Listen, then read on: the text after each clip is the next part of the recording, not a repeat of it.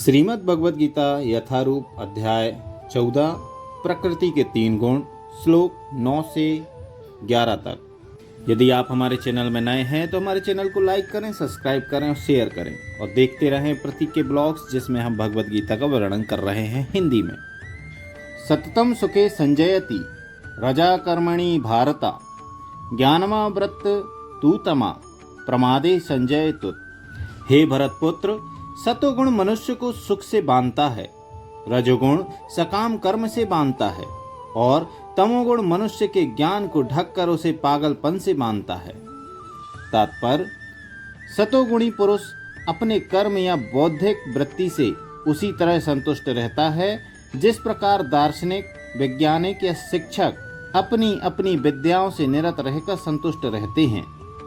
रजोगुण व्यक्ति सकाम कर्म में लग सकता है, वह यथासंभव धन प्राप्त करके उसे उत्तम कार्यों में व्यय करता है। कभी कभी वह अस्पताल खोलता है और धर्मार्थ संस्थाओं को दान देता है। ये लक्षण हैं रजोगुण व्यक्ति के।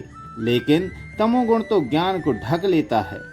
तमोगुण में रहकर मनुष्य जो भी करता है वह ना तो उसके लिए ना किसी अन्य के लिए हितकर होता है। रजस्तमश्च विभुः सत्वं भवति भारत, रजा सत्वं तमश्चैव तमा सत्वं रजस्तथा। हे भरतपुत्र, कभी कभी सतोगुण रजोगुण तथा तमोगुण को परास्त करके प्रधान बन जाता है, तो कभी रजोगुण सतो तथा तमोगुण को परास्त कर देता है और कभी ऐसा होता है कि तमोगुण सतो तथा रजोगुण को परास्त कर देता है। इस प्रकार श्रेष्ठता के लिए निरंतर स्पर्धा चलती रहती है।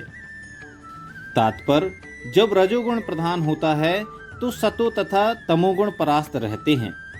जब सतोगुण प्रधान होता है तो रजो तथा तमोगुण परास्त हो जाते हैं।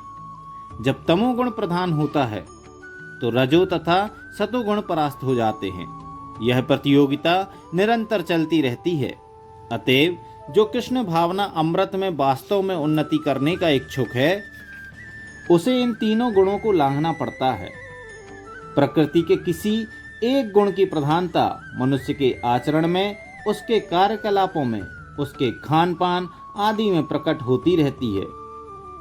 इन सब की व्याख्या अगले अध्यायों में की जाएगी। लेकिन यदि कोई चाहे तो वह अभ्यास द्वारा सतोगुण विकसित कर सकता है और इस प्रकार जो रजो तथा तमोगुण को परास्त कर सकता है, इस प्रकार से रजोगुण विकसित करके तमो तथा सतोगुण को परास्त कर सकता है।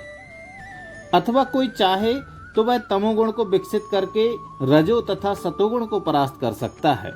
यद्यपि प्रकृति के ये 3 गुण होते हैं, किंतु यदि कोई संकल्प कर ले तो उसे सतोगुण का आशीर्वाद तो मिल ही सकता है और वह इसे लांघकर शुद्ध सतोगुण में स्थित हो सकता है, जिसे वासुदेव अवस्था कहते हैं, जिसमें वह ईश्वर के विज्ञान को समझ सकता है।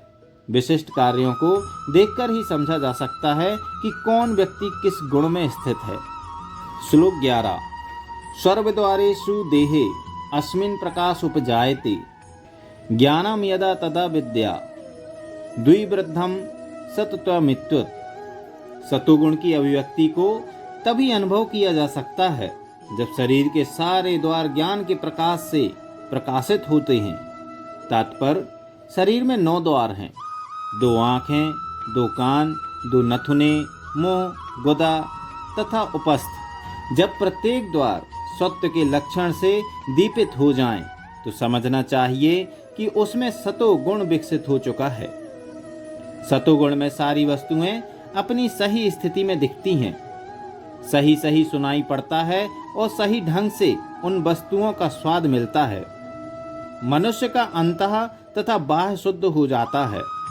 प्रत्येक द्वार में सुख के लक्षण उत्पन्न दिखते हैं और यही स्थिति होती है सत्वगुण की। उम्मीद है हमारी वीडियो आपको पसंद आ रही होगी, इसलिए हम उम्मीद करते हैं कि आप हमारे चैनल को लाइक करेंगे, सब्सक्राइब करेंगे और शेयर करेंगे और साथ ही कमेंट करें कि आपको ये वीडियो कैसी लगी। और यदि आप इंस्टाग्राम या फेसबुक में हमारी वीडियो को देखते हैं तो हमें फॉलो ज़रूर करें। धन्यवाद। जय श्री कृष्णा।